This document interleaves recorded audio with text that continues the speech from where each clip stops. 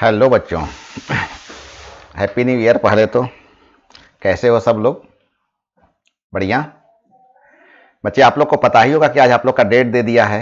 एक संभावित date examination का आप लोग का दे दिया है। पता है ना? पता है? 13 तारीख का लगभग 13 मार्च का संभावित डेट आप लोग का दे दिया है। तो बच्चे, अब तो चुप रहना बेवकूफ़ी है। अब तो इसके बाद अगर जो बच्चे चुप रहेंगे, मैं तो कहूंगा कि अब वो बहुत बड़े बेवकूफ हैं। और बच्चे, आप बेवकूफ हो सकते हैं, मैं तो टीचर हूं, मैं तो बेवकूफ नहीं बनूंगा, मेरे को तो बेवकूफ बनना नहीं है। तो बच्चे, मैं आज से आपका एक प्रॉपर रिवीजन चालू कर रहा हूं, जैसा कि मैंने आपको कमिटमेंट किया था। मैं प्रीवियस ईयर, यस अब तो ए लैंग्वेज बोलना होगा ना। प्रीवियस ईयर मैंने बेटा आप लोग कमिट किया था कि मैं एक तगड़ा रिवीजन आप लोग को दूंगा, एक अच्छा रिवीजन आप लोग को मैं दूंगा, ऐसा मैं आपको कमिट किया था।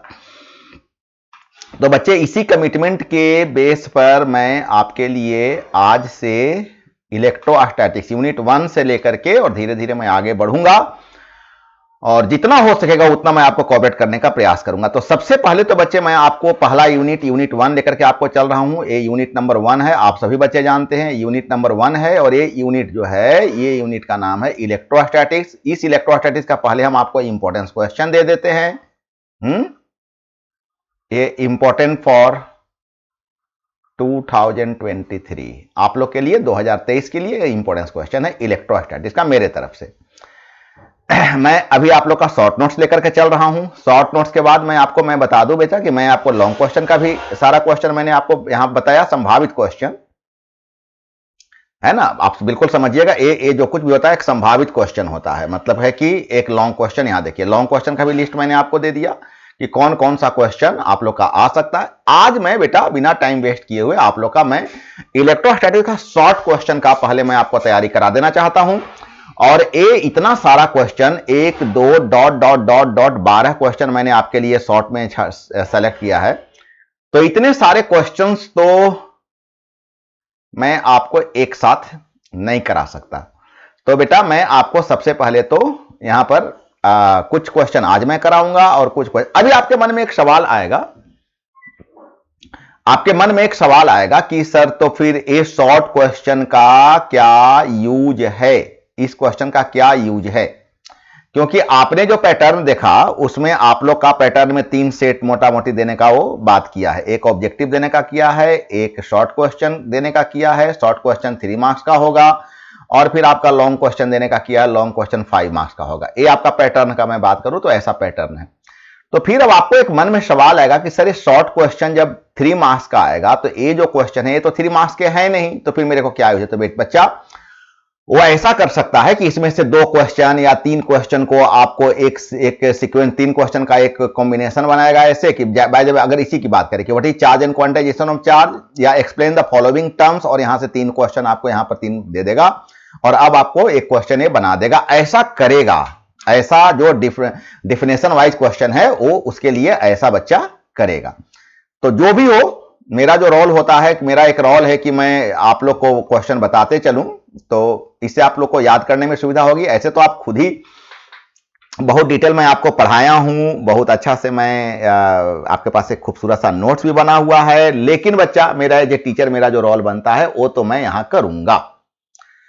और हमें लगता है कि टीचर अगर अपने माउथ से कुछ बोल दे तो बच्चों को याद करने में, समझने में, अच्छा, मैं यहां पर वही चीज आप लोग को यूज करूंगा। नोट्स में भी मैं वही लैंग्वेज, वही क्वेश्चन मैं यहां पर यूज करूंगा। जो क्वेश्चन आप लोग को ऑलरेडी क्लास में जो बताया जा चुका है वही क्वेश्चन मैं यहां पर यूज करूंगा। तो उससे क्या होगा ना कि आपको कुछ नया नहीं लगेगा, बस जो है यहां, जो आप यहां सुनेंगे वही चीज आप वहां पर। और वैसे बच्चे, जैसे ठीक है, बहुत सारे बच्चे ऐसे भी हो सकते हैं ना, इसको तो भाई मल्टीमीडिया पर मैं देने जा रहा हूं, तो बहुत सारे बच्चे, उन लोग को भी मोस्ट वेलकम है। आइए, सभी लोग जो मेरे ऑफलाइन क्लास में मेरे यहाँ पढ़ते हैं वो भी, जो नहीं पढ़ते हैं वो भी, आप आइए।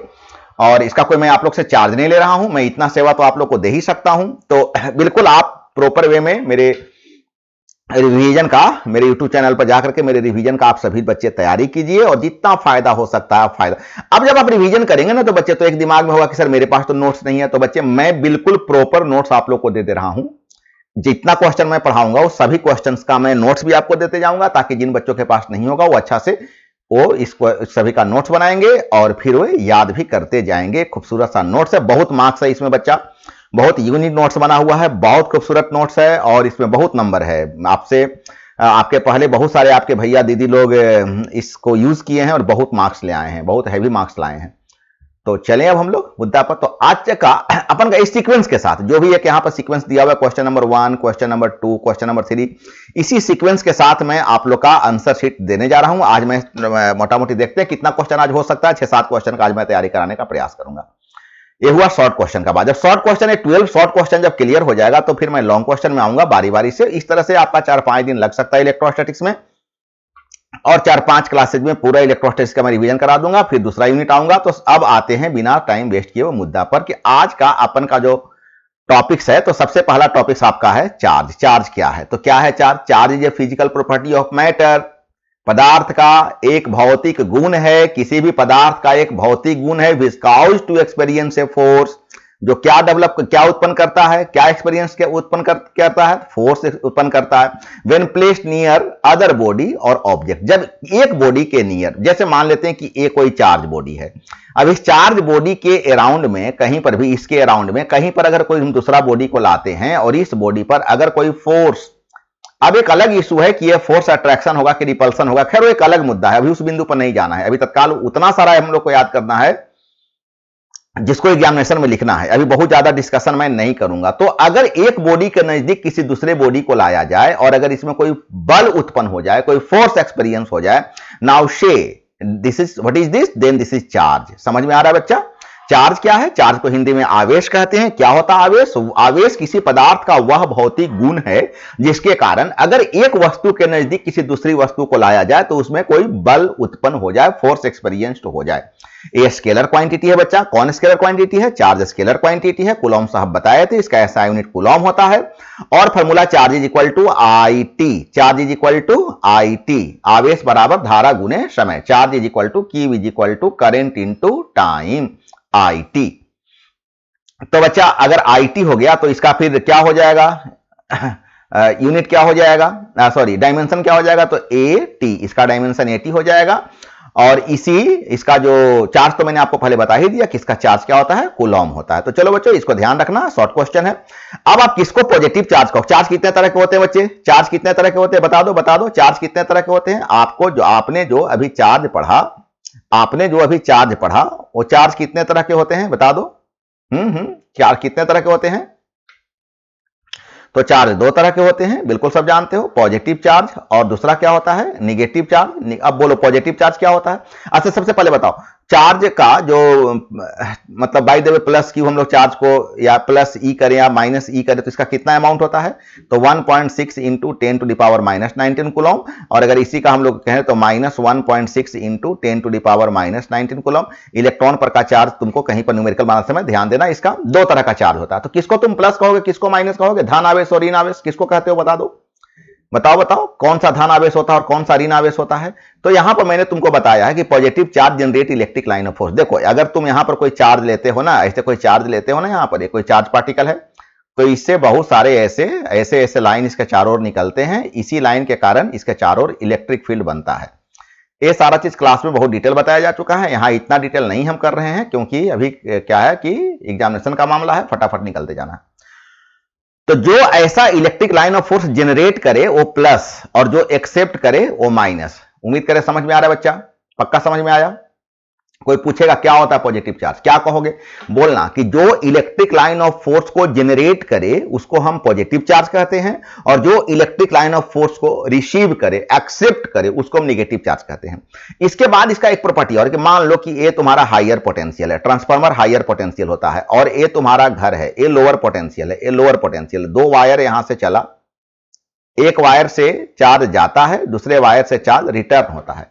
तो जिस वायर से हायर पोटेंशियल से लोअर पोटेंशियल की ओर ये जो डायरेक्शन है ये प्लस होगा, और जो लोअर पोटेंशियल से हायर पोटेंशियल वो माइनस होगा। इसका मतलब है कि पॉजिटिव चार्ज और नेगेटिव चार्ज को तुम एक तरह से और डिफाइन कर सकते हो। कैसे डिफाइन कर सकते हो?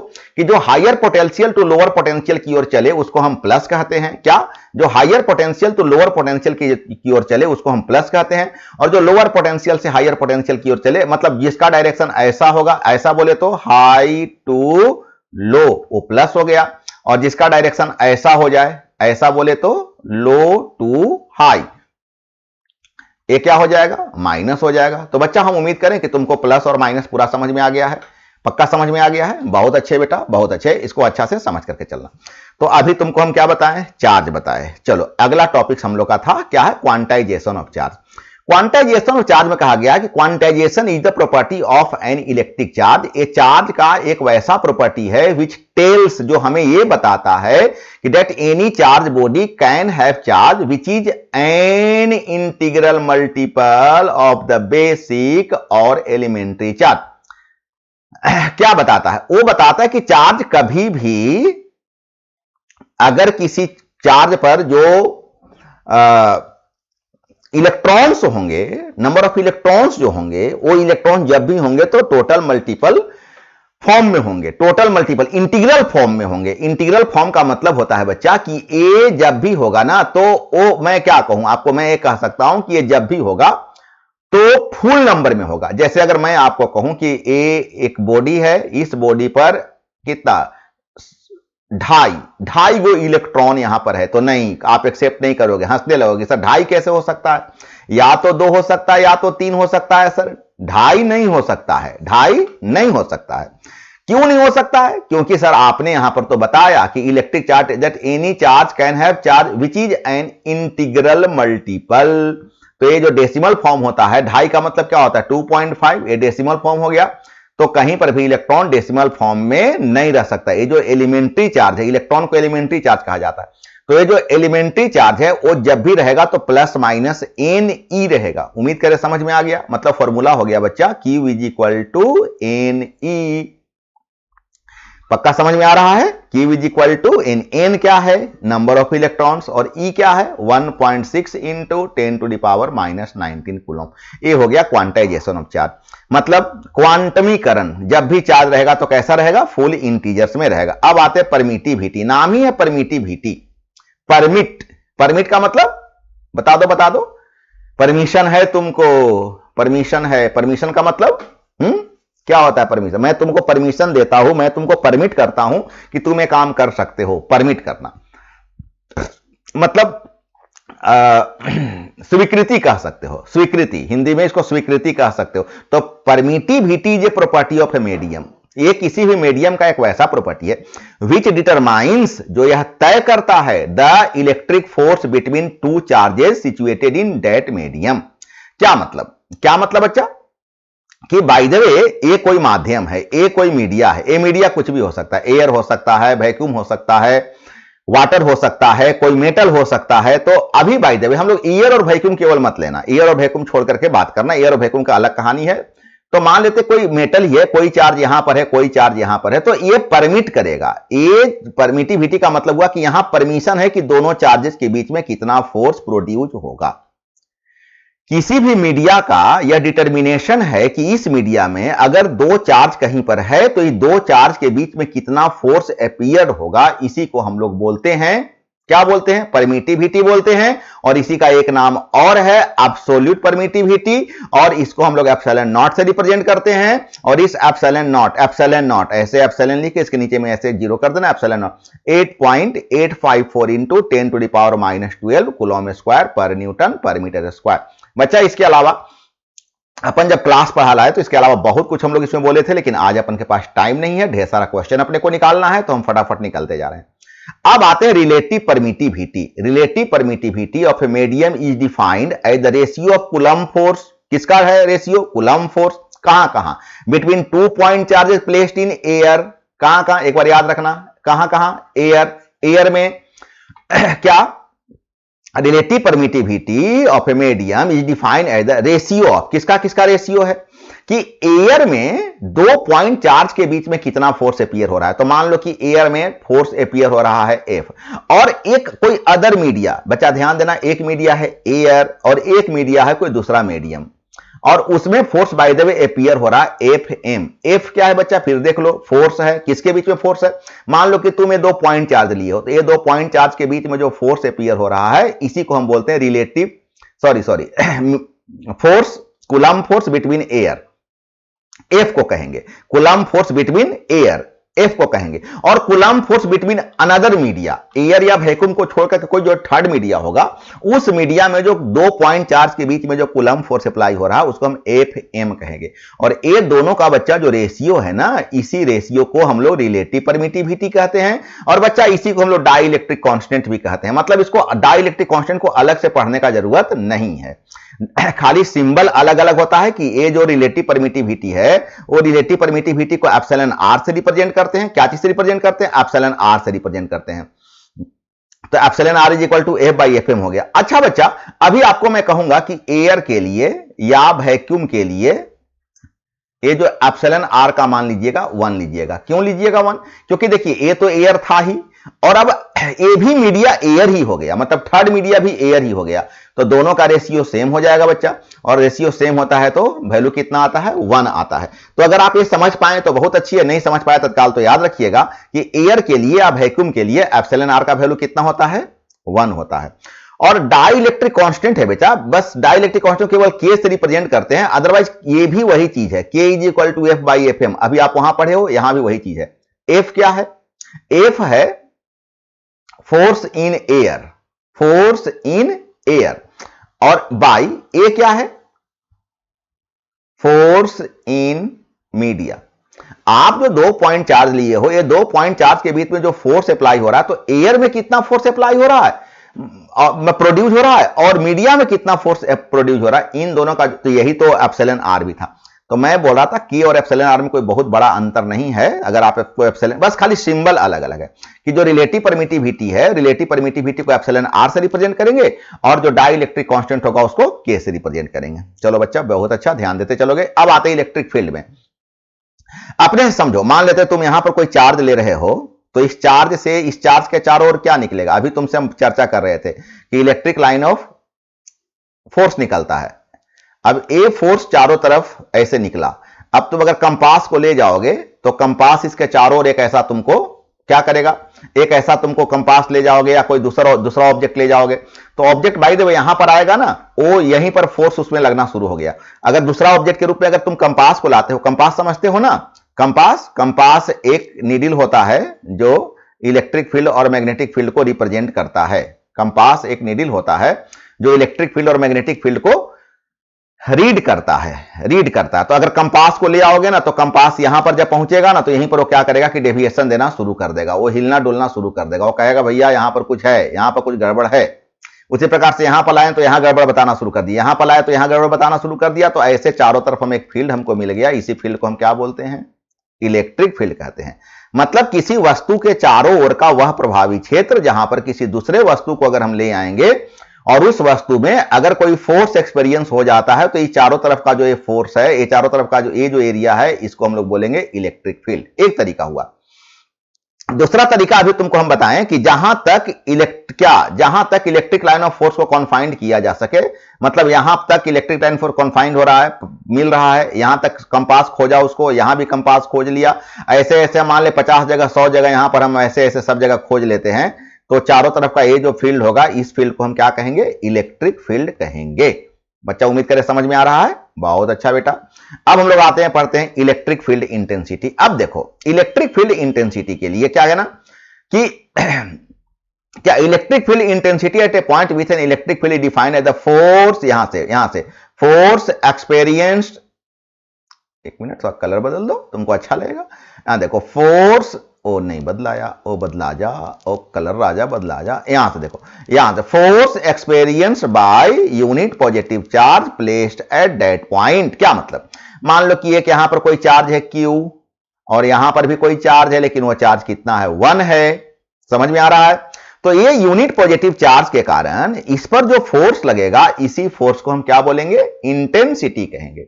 तो मान लो बेटा कि टोटल फोर्स लगा F, ये जो यूनिट पॉजिटिव चार्ज है, मतलब Q चार्ज के कारण, मान लो कि Q चार्ज के कारण टोटल फोर्स लगा F, तो यूनिट पॉजिटिव चार्ज के कारण कितना फोर्स लगेगा? F by Q। ये यूनिट पॉजिटिव चार्ज के कारण जो लगने वाला फोर्स है, इसी को हम इंटेंसिटी कहते हैं। इसका मतलब हुआ बच्चा कि intensity is equal to force by charge, force by charge. तो ये हो गया न्यूटन और ये हो गया कूलॉम, न्यूटन पर कूलॉम। अगर हम इसका यूनिट का बात करें तो न्यूटन पर कूलम। अगर कोई तुमसे पूछे कि नहीं डायमेंशन बताओ तो फोर्स का क्या होता है, जल्दी बता दो, mlt-2। और बोलो चार्ज का क्या होता है, तो चार्ज का होता है at। अब इसी को अरेंज कर लो, m रहेगा, l रहेगा, t-3 हो जाएगा और a भी ऊपर जाएगा। तो बच्चा क्या है ना कि ऑब्जेक्टिव में तो ये सब बहुत इंपॉर्टेंस है ना। ऐसे में अब तुमको एक बात और बताता हूं, अभी तो चूंकि तुम कूलम लॉ नहीं पढ़े हो, कूलम लॉ पढ़ोगे तो याद होगा ही तुम लोग, जो एग्जामिनी है, जो स्टूडेंट एग्जामिनी है उसको पता है कि सर क्या बोल रहे हैं। तो अगर वहां पर हम लोग पढ़ते थे कि जो लॉन्ग क्वेश्चन में चूंकि मैं इसको बताऊंगा इसलिए अभी यहां पर केवल फॉर्मूला बता दे रहे हैं कि अगर दो चार्ज है Q1 Q2 इनके बीच का distance by the way r है, तो हम लोग पढ़े formula 1/4 pi epsilon not Q1 Q2 by r square. एक कूलम फोर्स कहलाता है, एक कूलम फोर्स कहलाता है। लेकिन अभी अपन के पास एक चार्ज Q है और दूसरा चार्ज 1 है और इनके बीच का distance by the way r है, तो इसी फॉर्मूला पर बैठाएंगे तो क्या हो जाएगा, फोर्स हो जाएगा 1/4 पाई एप्सिलॉन नॉट। Q1 का मतलब Q हो गया, Q2 का मतलब 1 हो गया और डिस्टेंस का मतलब r स्क्वायर हो गया। ये जो फोर्स निकला ना, कितना निकला बेटा, 1/4 pi epsilon not Q by r square निकला। ये जो फोर्स निकला ना इसी को इंटेंसिटी कहते हैं। इसका मतलब इंटेंसिटी इज इक्वल टू हो गया 1/4 pi epsilon not Q by r square. बच्चा ये वेक्टर क्वांटिटी है, जरूरत पड़ने पर आप वेक्टर यूज करोगे। और आप सभी जानते हो कि वेक्टर जब मेरे को यूज करना होता है तो क्या करते हैं, यूनिट वेक्टर देते हैं। इसका मैग्नीट्यूड कितना होता है, 1 होता है। और जब मैग्नीट्यूड पुट कर देंगे, जैसे मान लेते हैं अभी तुम्हारा यहां पर मोड में लिखा हुआ है, तो ई वेक्टर का वेक्टर में लिखा हुआ है तो क्या हो गया 1/4 pi epsilon not Q by r square और यहां पर देंगे r कैप। लेकिन जैसे ही हम इसको मोड में डालेंगे तैसे ही इसका वैल्यू कितना हो जाएगा, 1 हो जाएगा। मोड में डालेंगे तो इसका वेक्टर का साइन हट जाएगा और सीधे आ जाएगा 1/4 pi epsilon not Q by r square. ये हो गया। और दूसरा है बच्चा कि बाय द वे अगर आप यहां पर कोई चार्ज लेते हो तो यहां से how many number of electrons, how many number of electric line of force are crossing per unit area. Per unit area, unit area से कितना क्रॉस करता है electric line of force.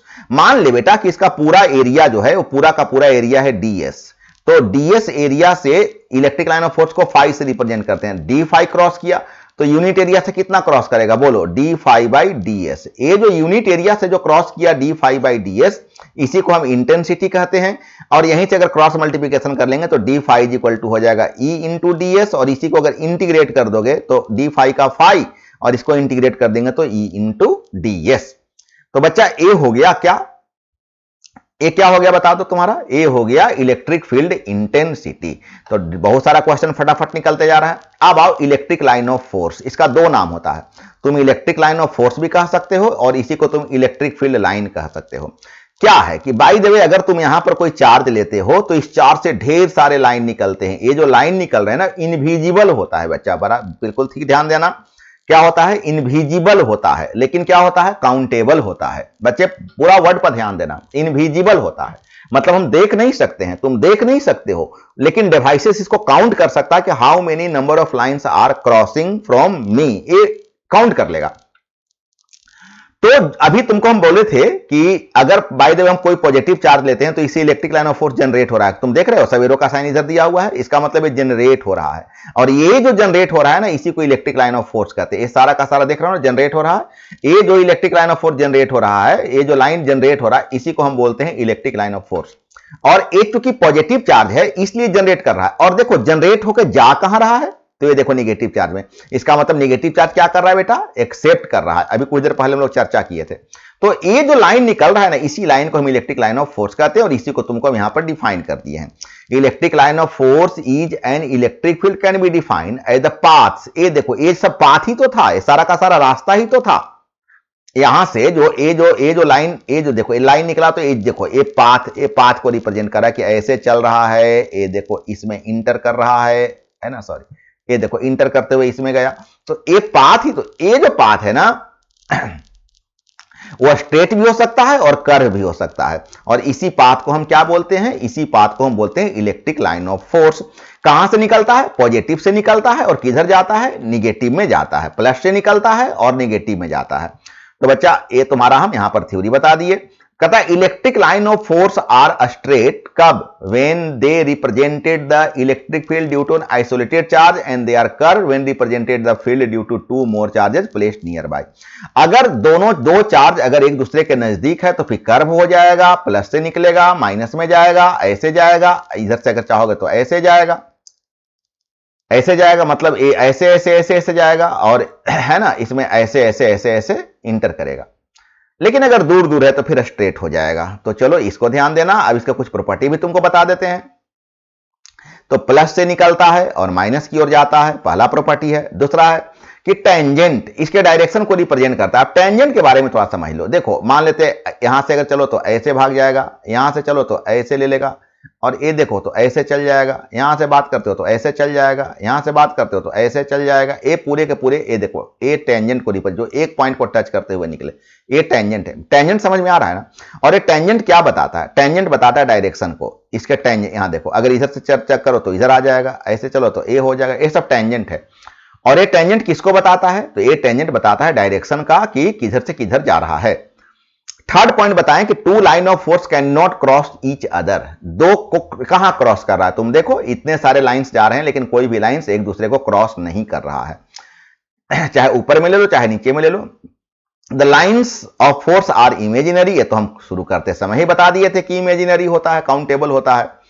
The lines of force are closer where electric field is stronger. देखो अगर field बहुत strong है, अब खुद ही तुम सोच लो कि ये चार्ज है और इसका बहुत हैवी चार्ज है, बहुत हैवी चार्ज है, तो इससे जो लाइन निकलेगा एकदम नजदीक नजदीक नजदीक नजदीक निकलेगा। निकलेगा कि नहीं बताओ तुम ही? निकलेगा ना। तो फील्ड अगर बहुत स्ट्रांग है तो नजदीक नजदीक निकलेगा, और अगर फील्ड कमजोर है, अगर बाय द वे ये चार्ज है, बहुत कम पावर का चार्ज है, मतलब इसका इलेक्ट्रिक फील्ड अगर बहुत कम हो रहा है, तो आराम से निकलेगा। यहां से एक यहां निकलेगा, एक यहां से ऐसे निकलेगा, एक यहां से ऐसे निकलेगा, और ये मजबूत रहेगा तो इतना दूर में सैकड़ों सैकड़ों निकल जाएगा। तो अगर इलेक्ट्रिक फील्ड स्ट्रांगर है तो बहुत नजदीक नजदीक निकलता है, और अगर वीकर है तो बहुत दूर दूर निकलेगा। ये बच्चा यहां पर कंफ्यूज नहीं होता। Electric line of force can pass through an insulator. ये इंसुलेटर से पास करेगा, लेकिन कंडक्टर से पास नहीं करेगा। कंडक्टर से कैसे पास करेगा? कंडक्टर में तो दूसरा इलेक्ट्रिक लाइन ऑफ फोर्स खुद है। अगर बाय द वे हम एक कंडक्टर ले लेते हैं तो इसमें तो दूसरा इलेक्ट्रिक लाइन ऑफ फोर्स खुद हो जाएगा, लेकिन अगर ये इंसुलेटर है तो इसको पार कर जाएगा। ये इसमें कंफ्यूज होने का कोई बात नहीं है। इस पर हम लंबा चर्चा अबाउट डाइपोल, इलेक्ट्रिक डाइपोल। देखो ये इलेक्ट्रिक डाइपोल कुछ नहीं होता, एक अरेंजमेंट है। सीधा सा बात एक अरेंजमेंट है कि हम एक यहां पर बाय द वे एक डाइपोल है, तो फिर यहां प्लस क्यू होगा, माइनस क्यू होगा, ये मिड पॉइंट होगा, है ना। ये चूंकि सारा मेजरमेंट यहां मिड पॉइंट से होता है, तो ए डिस्टेंस को हम एल कहते हैं, ए डिस्टेंस को भी हम एल कहेंगे। तो पूरा का पूरा यहां से यहां तक का जो डिस्टेंस हो जाएगा वो 2l हो जाएगा। ये चीज यहां पर लिखे हुए हैं कि ये देखो ए बी कोई डाइपोल है, तो फिर ए पर का चार्ज प्लस क्यू, बी पर का चार्ज माइनस क्यू।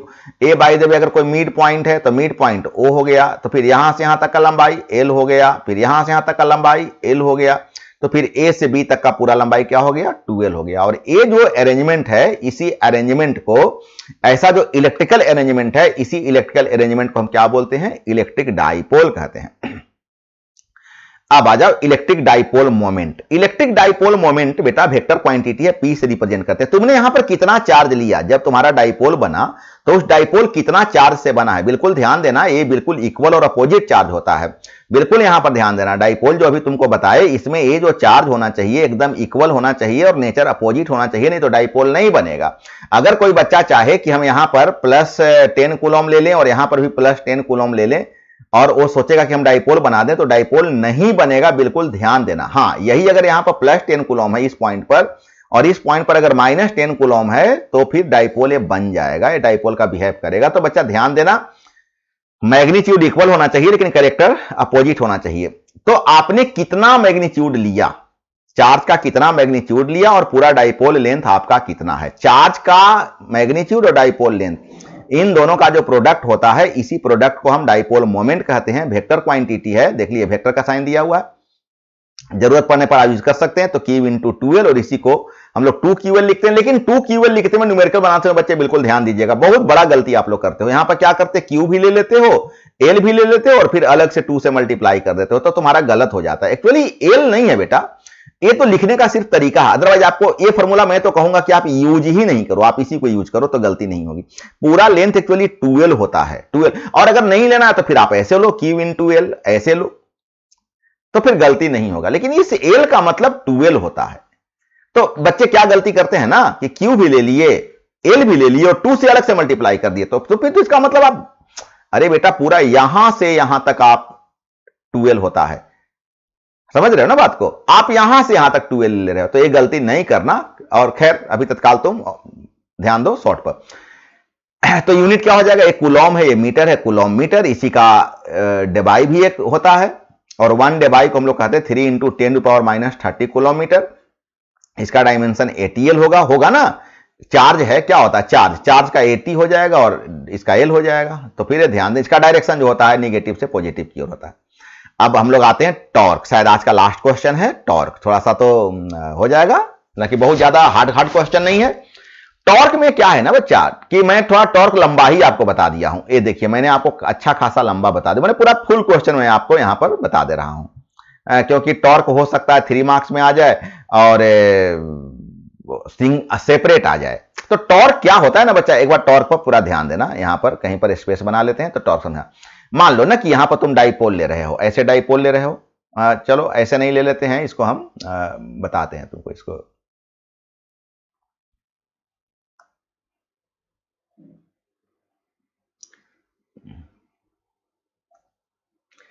पहले मिटा लो, तो फिर तुमको अभी हम बताते हैं फिर से।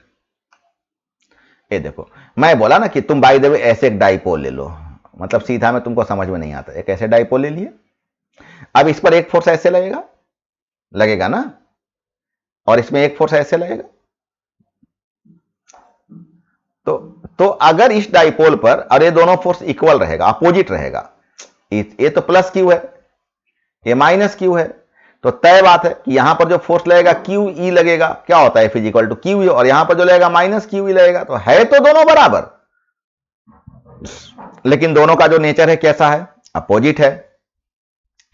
तो अगर फोर्स इक्वल हो जाए लेकिन अगर नेचर अपोजिट हो जाए, फोर्स कैसा हो जाए, इक्वल है लेकिन नेचर अगर अपोजिट हो जाए, यहां देखो नेचर अपोजिट है, हो रहा है ना प्लस और माइनस, तो फिर यहां पर क्या डेवलप हो जाएगा, टॉर्क डेवलप हो जाए। मेरी बात समझ में आ रही है, मैंने ऐसे लिया, एक देखो एक फोर्स ऐसे जा रहा है, एक फोर्स ऐसे जा रहा है, तो यहां बन जाएगा टॉर्क, और टॉर्क इज इक्वल टू क्या, टॉर्क इसको टाउ से रिप्रेजेंट करते हैं, ध्यान देना, टाउ ऐसे, टाउ उल्टा जेल देखते हैं ना, ये वेक्टर क्वांटिटी है, जरूरत पड़ने पर लेना। अरे टॉर्क एक प्रकार का फोर्स होता है बच्चा, तो फॉर्मूला होता है force into perpendicular distance. Perpendicular distance कहने का मतलब होता है कि आप इस लाइन को आगे बढ़ा दो और आप यहां से क्या करो कि आप यहां से ऐसे ड्रॉ कर दो, तो फिर ये जहां से कटेगा वहां से जो दोनों फोर्स के बीच का जो परपेंडिकुलर डिस्टेंस, इसको बोलते हैं परपेंडिकुलर डिस्टेंस। को एक बार समझ लेना, एक फोर्स ऐसे लग रहा है, एक फोर्स ऐसे लग रहा है, तो फिर ये जो डिस्टेंस होगा, इस डिस्टेंस को हम परपेंडिकुलर डिस्टेंस कहेंगे। ये देखो ए परपेंडिकुलर, मतलब है कि अगर तुम ऐसे लाइन ले लिया तो इसको तुम डिस्टेंस कहो, परपेंडिकुलर डिस्टेंस नहीं कह सकते हो। बात समझ में आ रहा है ना बेटा, परपेंडिकुलर डिस्टेंस तुम्हारा ए हो गया, तो बिल्कुल ध्यान देना। तो अब हम जो बात तुमको बोले वो हम यूज किए हैं, क्या कि when two forces which are equal in magnitude and opposite in direction, magnitude में इक्वल होना चाहिए और डायरेक्शन में अगर अपोजिट है, मैग्नीट्यूड में क्या है, इक्वल है, और डायरेक्शन में अपोजिट है, तो यहां पर क्या डेवलप होगा, डाइपोल डेवलप होगा, और ये जो सॉरी डाइपोल डेवलप होगा, सॉरी गलती बोला गया, यहां पर क्या डेवलप होगा, टॉर्क डेवलप होगा, और ये जो टॉर्क है ना, वो फोर्स, जो फोर्स लग रहा था चार्ज के कारण जो फोर्स अपीयर हुआ, और दोनों फोर्सेस के बीच का जो परपेंडिकुलर डिस्टेंस है, इन दोनों के प्रोडक्ट को हम क्या बोलते हैं, देखो यहां पर देखो, यहां पर तुम प्लस क्यू चार्ज ले रहे हो, यहां पर तुम माइनस क्यू चार्ज ले रहे हो, तो फोर्स कितना अपीयर हो रहा है, क्यू ई, और यहां कितना हो रहा है, माइनस क्यू ई, तो बस यहां टॉर्क डेवलप हो जाएगा। साइकिल वाइकिल में जितना हम लोग साइकिल घुमाते हो, बाइक घुमाते हो, स्टीयरिंग कार का घूमता है, सब जगह फिर यही होता है, तो ये वो तो वहां पर कपल यूज करते हैं, हम लोग यहां पर टॉर्क बोल रहे हैं, दोनों एक ही चीज होता है, फोर्स इंटू परपेंडिकुलर डिस्टेंस, तो टाउ से रिप्रेजेंट करते हैं, और चूंकि फोर्स इंटू डिस्टेंस होता है तो न्यूटन मीटर हो जाएगा, कोई डाउट नहीं होना चाहिए। डायमेंशन का अगर बात करोगे तो फोर्स का ml_t-2 और डिस्टेंस का l तो हो गया ml/t-2। अब देखो फोर्स इंटू परपेंडिकुलर डिस्टेंस होता है, तो फोर्स कितना लोगे तुम, f ले लो, और डिस्टेंस कितना हो गया, तो bn हो गया। देखो बोले थे ना कि ये डिस्टेंस होगा, ये जो लाइन है यही लाइन डिस्टेंस है, और ट्रिग्नोमेट्री तुम यूज करोगे तो जरा तुम गौर करो, अगर तुमको हम ये ट्रायंगल यहां पर बना दे तो शायद तुमको तुरंत ही समझ में आ जाएगा, ये डाइपोल था तो 2l हो गया, अब ए एंगल थीटा है, इसका मतलब ये पी हो गया और ये एच हो गया, और पी और एच के बीच में रिलेशन साइन का होता है, तो तुम लिखोगे sine theta is equal to B N by 2l, और क्रॉस मल्टीप्लिकेशन करोगे तो B N is equal to 2l sine theta, a multiply करोगे ना तो 2l साइन थीटा, अब यहां पर पुट कर दो, तो एफ इज इक्वल टू हो गया क्या, sorry torque is equal to क्या हो गया, एफ तो रहेगा, और बी एन के बदले क्या पुट कर लोगे तो 2l साइन थीटा, और एफ के बदले पुट कर दो क्यू ई, इसका मतलब तुम्हारा पूरा एक्सप्रेशन हो गया, क्यू ई तो है ही, और ये 2l साइन थीटा हो गया। अब यहां पर तुम क्या करो, इस क्यू को और इस 2l को एक साथ रख लो, क्यू को और 2l को तो 2ql हो जाएगा, और ई साइन थीटा देखो यहां पर ई बचा हुआ है और यहां पर एक साइन थीटा बचा हुआ है, ये दोनों को एक साथ रख लो तो तुम्हारा हो जाएगा। और इसके बदले क्या यूज करोगे, अभी डाइपोल मोमेंट पढ़े हो तो पी, बोले सर पी यूज करेंगे, तो यूज कर लो बेटा, तो पी हो गया, ये ई हो गया और ये साइन थीटा हो गया, इसका मतलब टॉर्क इज इक्वल टू हो गया पीई साइन थीटा। और जानते हो ना बेटा, तुम लोग वेक्टर में हम तुम लोग को पढ़ाए हैं कि A B sine theta is equal to होता है, क्या होता है बोलो, तो होता है ए क्रॉस बी, तो यहां PE sine theta is equal to क्या हो जाएगा, तो पी क्रॉस ई, ये भी एक डिफिनेशन है कि ये पी क्या, डाइपोल मोमेंट और इलेक्ट्रिक फील्ड इंटेंसिटी, इनका जो क्रॉस प्रोडक्ट होता है इसको हम लोग क्या बोलते हैं, टॉर्क कहते हैं। तो एक बात ये भी हो गया बच्चा। अब तो तुम यहीं तक छोड़ सकते हो, लेकिन हम जानते हो ना, अब हम थोड़ा सा डिटेल कर देते हैं। राइट हैंड स्क्रू रूल से इसका मेजरमेंट होता है, ये ऑब्जेक्टिव में काम आ जाएगा, ये ऑब्जेक्टिव में काम आ जाएगा। और कुछ इसके स्पेशल केसेज हैं, देख लो कि थीटा का मान अगर 0 डिग्री होगा तो थीटा क्या, ये जो पी साइन थीटा तुम पढ़ते हो, अभी जो तुम पढ़ा कि torque is equal to P sine theta होता है, तो थीटा क्या है, तो थीटा पी और ई के बीच का एंगल है। देखो सबसे लास्ट में तुम लोग को हम यहां पर फिगर बनाकर दिखा दिए हैं, यहां देखो, ये देखो कि P का डायरेक्शन भी कैसा है, तो P का डायरेक्शन ऐसा है, E का डायरेक्शन कैसा है, तो ऐसा है, तो दोनों जब पैरेलल हो जाएगा तो टॉर्क का वैल्यू कितना हो जाएगा, 0 हो जाएगा, पहला केस। दूसरा केस में कि अगर बाई द वे ये देखो इलेक्ट्रिक फील्ड ऐसे है लेकिन डाइपोल मोमेंट अगर ऐसा है, तो इनके बीच का एंगल में भी अगर 30 डिग्री बन रहा हो, देखो केस 2 में, तो फिर 30 डिग्री बनेगा तो क्या होगा, पी ई साइन थीटा के बदले कितना पुट करेंगे, 30 डिग्री, और साइन 30 का मान 1/2 होता है, इसका मतलब है कि मैक्सिमम वैल्यू का आधा होगा। 90 डिग्री अगर हो गया तो अभी देखो यहां 90 हो गया, ये देखो इलेक्ट्रिक फील्ड तो ऐसे है लेकिन डाइपोल मोमेंट ऐसा हो गया, तो इनके बीच का एंगल कितना बन रहा है, 90 डिग्री बन रहा है। तो अगर 90 डिग्री बन जाएगा तो साइन 90 मैक्सिमम होता है 1, इसका मतलब ये सबसे ज्यादा टॉर्क डेवलप होगा। कब डेवलप होगा सबसे ज्यादा, मैक्सिमम देखो सबसे ज्यादा कब डेवलप होगा, तो सबसे ज्यादा तब डेवलप होगा जब ए इलेक्ट्रिक फील्ड पर ए परपेंडिकुलर है, तो सबसे ज्यादा डेवलप होगा। और लास्ट है कि अगर 180 डिग्री, तो 180 कब होगा, देखो ए देखो इलेक्ट्रिक फील्ड ऐसा होगा और डाइपोल मोमेंट मान ले घूमते घूमते ऐसा हो गया, इसको बोलते हैं एंटी पैरेलल। तो जब एंटी पैरेलल होता है तो थीटा का मान कितना लेना चाहिए, 180, और साइन 180 का मान कितना हो जाएगा, कितना हो जाएगा बोलो, 0 हो जाएगा। बहुत अच्छा, 0 हो जाएगा।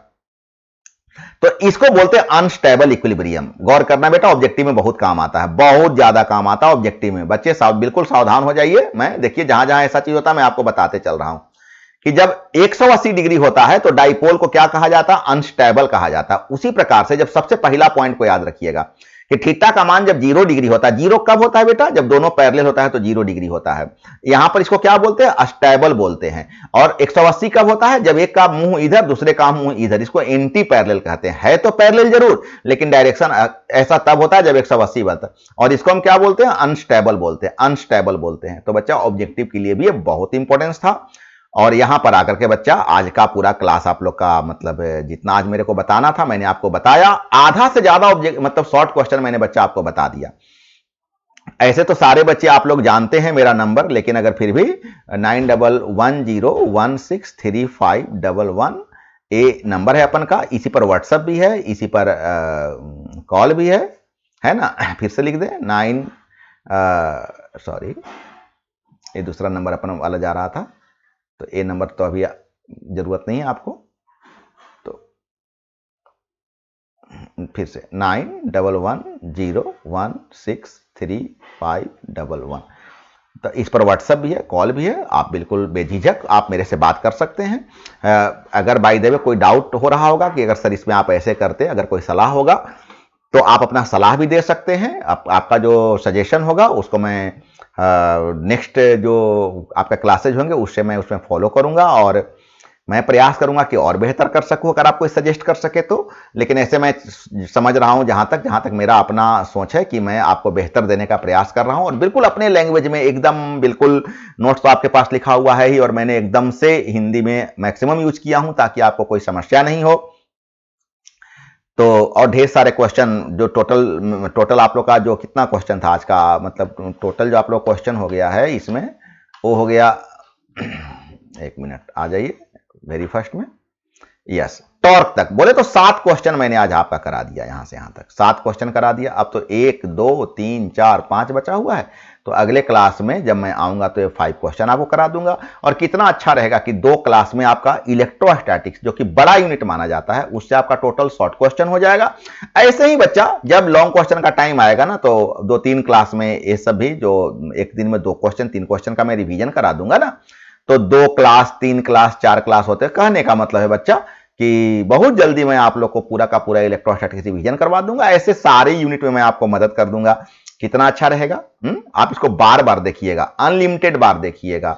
देखा सुना हुआ चीज बहुत याद होता है, और जब याद हो जाए तो लिख लिख करके ट्राई कीजिएगा। इससे आपका रिटेन स्किल ठीक होगा, और जब लिखिएगा ना तब आप सही, आपको पता चलेगा कि आपको कहां पर याद है या कहां आप फंस रहे हैं। तो चलिए, बहुत अच्छा बच्चे, बहुत अच्छा बहुत अच्छा बहुत अच्छा, बहुत बहुत ज्यादा अच्छा। अपने दोस्तों को भी आप मोटिवेट कीजिए कि सर का क्लास कीजिए, क्योंकि जब मैं मेहनत कर ही रहा हूं तो इससे जितने बच्चे मेरे फायदा उठा सकते हैं उठाइए, मुझे कोई प्रॉब्लम्स नहीं है। और जो बच्चे अभी तक सब्सक्राइब नहीं किए होंगे चैनल को, सब्सक्राइब कर लीजिए, क्योंकि ऐसे नंबर ऑफ क्लासेज जब आपके जाने वाले हैं, मैं तब तक चैन से नहीं बैठूंगा जब तक आपका एक अच्छा रिजल्ट नहीं आ जाता है। तो बच्चे, मैं आपके साथ हूं, आप भी मेरे साथ रहिएगा, और दोनों मिल करके एक जो बड़ा एग्जाम 12 का होता है, इसको हम लोग पार लगाएंगे। तो चलिए फिर नए क्लास में नए टॉपिक्स के साथ फिर वापस आते हैं। तब तक के लिए बाय बाय।